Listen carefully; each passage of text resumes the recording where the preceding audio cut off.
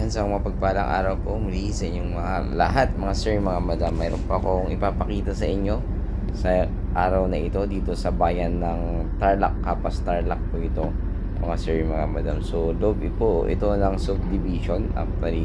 So, malapit lang siya sa guardhouse. Ayan, kung part yung guardhouse po or yung papasukan mula po dito sa property dun sa guard. So ayun, ayan po siya. At ito po ay may sukat na 60 square meter yung bahay, then at ito namang bakanting lote is 98 square meters. So kabuuan po nitong property is 158 square meter. Dalawang title po. So dating nabili po ng seller natin, dalawa po siyang property. So, dalawang title. Pangalan naman niyang parehas. Pangalan nilang mag-asawa. So, naka-corner lot itong property. Kaya magandang mag-business dito sa side niya or extension. Ayan, nakaabang po yung bakal na yan. Kung gusto niyo pong mag-extend dito. Ayan, naka-corner lot po. So, ayan. So, wala na pong problema. Ang bakod nga lang nito mga sir ay concrete post lang. Tsaka hog wire. Ayan po. So, ang ganda naman po nitong location ng property kasi walking distance po yung Jollibee at iba't ibang marami pang mga uh, pagbibilihan ng mga pagkain or mga kailangan sa bahay na malapit. So walking distance lang po siya mga sir, mga madam. So ayan, pasukin natin tong loob. At ito po yung kanyang area. So, maliit lang po ito, 60 square meter kasi, kaya para siyang ano, kasi subdivision nga po ito mga sir, mga madam. So, ayan, ito po, maliit lang po itong kanyang parang living area ito. Ayan, tapos yan yung mga paglalagyan ng display. Ayan po. So, kung makikita nyo, bagong pintura lang po yan. Before po inopen ng ating seller na ibenta ay pinaayos po niya yung kanyang pintura parang nag-renovate, sabi niya. Pina-renovate ko yan, sabi po niya. Ewan ko lang kung anong ni-renovate yan. So, meron siyang kwarto sa taas. Bali, dalawa yung kwarto nito, mga sir, mga madam. So, nasa taas parehas. Isang master bedroom at isang pang children's room.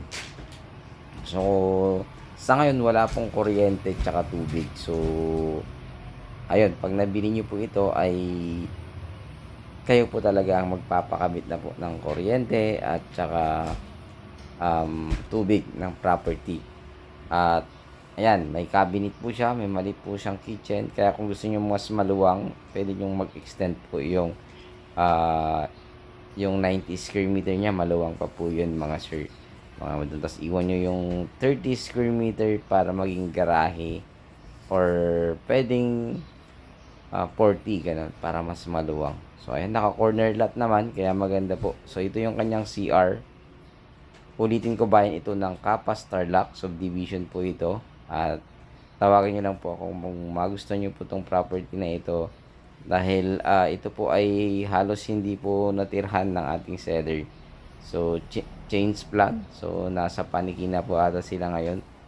Kaya mas malapit sa kanilang business daw. So may mga business daw po sila. So maliit lang po itong kitchen. Kaya kung gusto niyo pong magdagdag ay maluwang pa naman po yung property or yung bakanting lote ng ating property.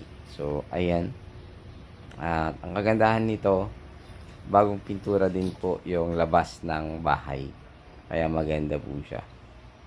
At hindi sasalpa ka na lang. So ganito po to yung tiles ng kanyang hagdan. Ayan. Makikita nyo. Talagang bagong linis lang. Bago po talaga inopen na i-for sale ay nilinis po mga sir. Ayan po. So kung makikita nyo, ayan po yung kanyang kwarto. Ayan, kwarto po ito. So talagang lang po yung na-video ng ating seller. Kasi ito pinabidyo ko na lang po sa seller natin. Masyadong malayo po yung Capas Tarlac. Kung iisa lang po na property kasi ay medyo ano po, hindi ganun ka Kumbaga, hindi po kaya ng budget na isang property lang yung mai-vlog po namin papunta po doon. So may cabinet. Ayan. So yung master bedroom nito may cabinet din, at saka yung children's room. Alam ko may cabinet din po ito. So may pictures po yan. Sa dulo mga sir, mga madam.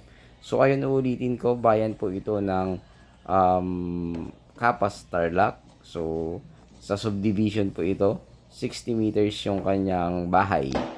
So meron siyang bakanting lote na 98 meters. So ayan po yung bahay. So meron po siyang 158 square meter, dalawang title, pangalan po parehas ng ating seller, kaya wala pong magiging problema. So ayan, mas maganda pong tingnan na nasa picture. Ayan po yung kanyang parang living room area.